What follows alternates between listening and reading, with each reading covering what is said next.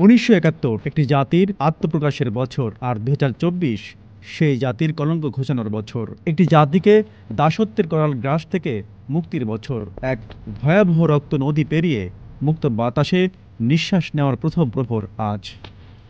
১ জুলাই ২০২৪ দিনটি ছিল সোমবার। প্রথম ও দ্বিতীয় শ্রেণীর সরকারি চাকরিতে কোটা পুনর্বহালের প্রতিবাদ এবং কোটা পদ্ধতি বাতিলের দাবিতে লাগাতার আন্দোলনের সূচনা হয় ঢাকা বিশ্ববিদ্যালয় ক্যাম্পাস থেকে। ধীরে ধীরে তা ছড়িয়ে পড়ে দেশের অন্যান্য পাবলিক বিশ্ববিদ্যালয়েও।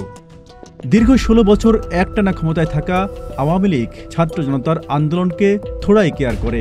তারা শিক্ষার্থীদের দমন করতে ক্যাম্পাসে ক্যাম্পাসে লেলিয়ে দেয় ছাত্রলীগ সন্ত্রাসীদের।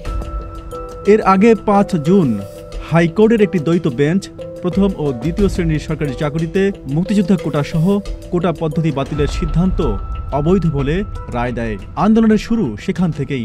১ জুলাই শিক্ষার্থীদের কোটা সংস্কার আন্দোলন রূপ নেয় বৈষম্য বিরোধী ছাত্র আন্দোলনে। আর এখানেই যেন খোদাই করা ছিল গণবিরোধী দল আওয়ামী লীগের পতনের ইতিহাস।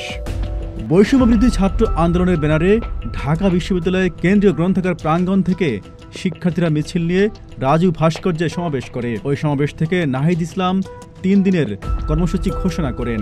সমাবেশে জগন্নাথ বিশ্ববিদ্যালয় সহ রাজধানীর অন্যান্য শিক্ষা প্রতিষ্ঠানের শিক্ষার্থীরাও অংশ নেন।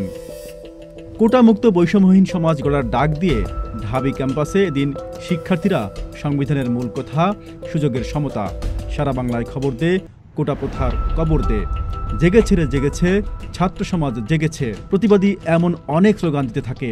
এরপর ধীরে ধীরে সময় গড়ায়, বাড়তে থাকে জুলুম নির্যাতন। ছাত্রলীগ আওয়ামী লীগের সারথি হয়ে নিপীড়নের মাঠে নামে শেখ হাসিনার পুলিশ বাহিনী।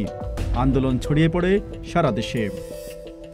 এদিকে গণঅভ্যুত্থানের বর্ষপূর্তি উপলক্ষে সারা দেশে নানা কর্মসূচি হাতে নিয়েছে রাজনৈতিক দলগুলো।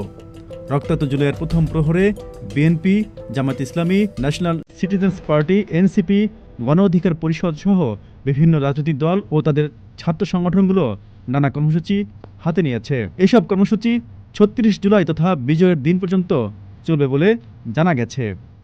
Z news, Dhaka.